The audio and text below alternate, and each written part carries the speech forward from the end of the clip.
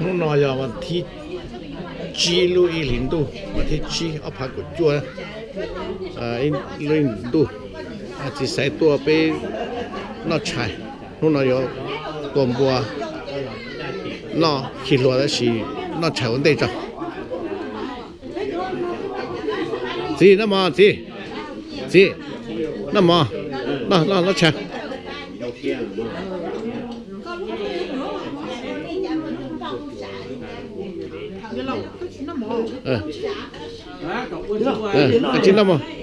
cái chín nó mà thay đua nè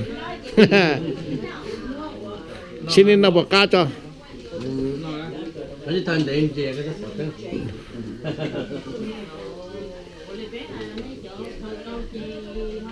để nó chạy sao chừng ba khổng chỉ to giờ rồi nó khi luôn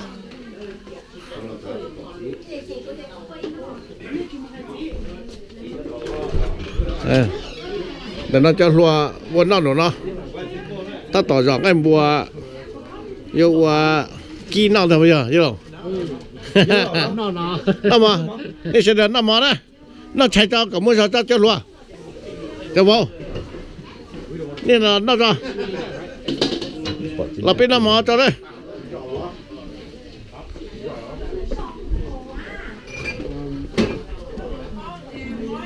Oh, that one is there, huh?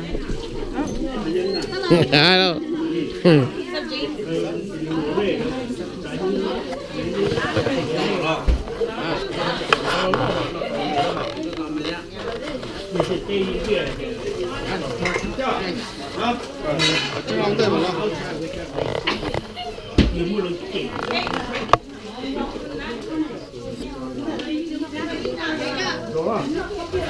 Nó mở đây. Oh, stay over there. Stay over there.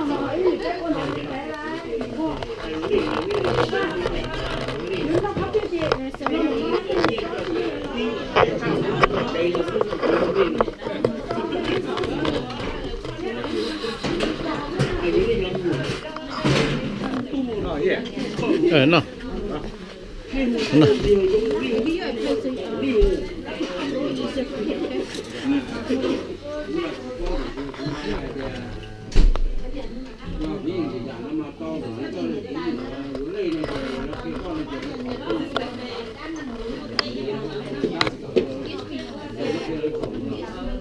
Nó khó bia rồi.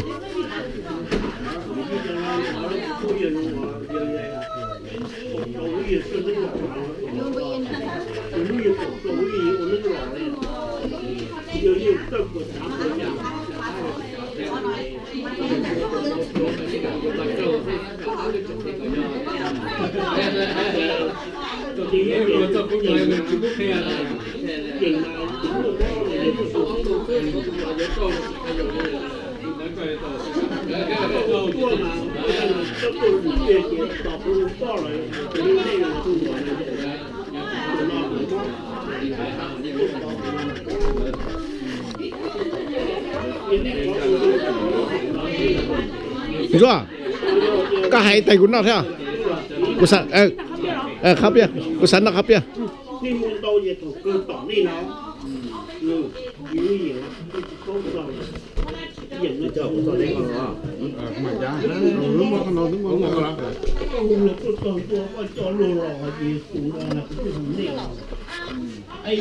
Có cái nào đó?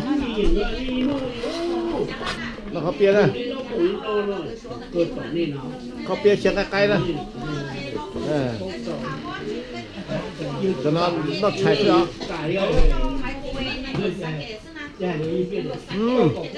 Ai kìa, ai xin chữ.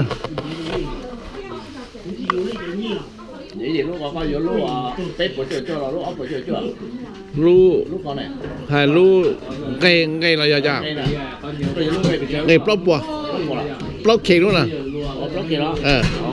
có luôn nè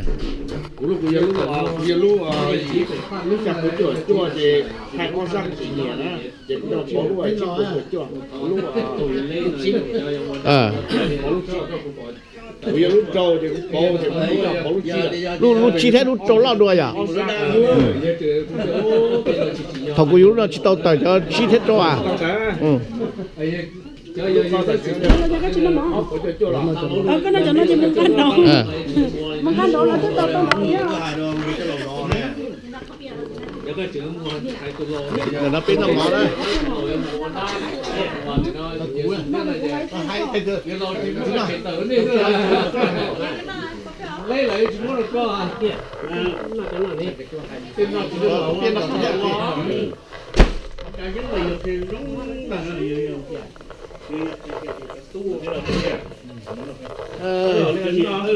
cho chưa cái này cái phòng này à thì chụp cuốn trên này thì này như vậy là nhiều hơn này này cái phong đầu này đầu cái tỏ đi cho mình là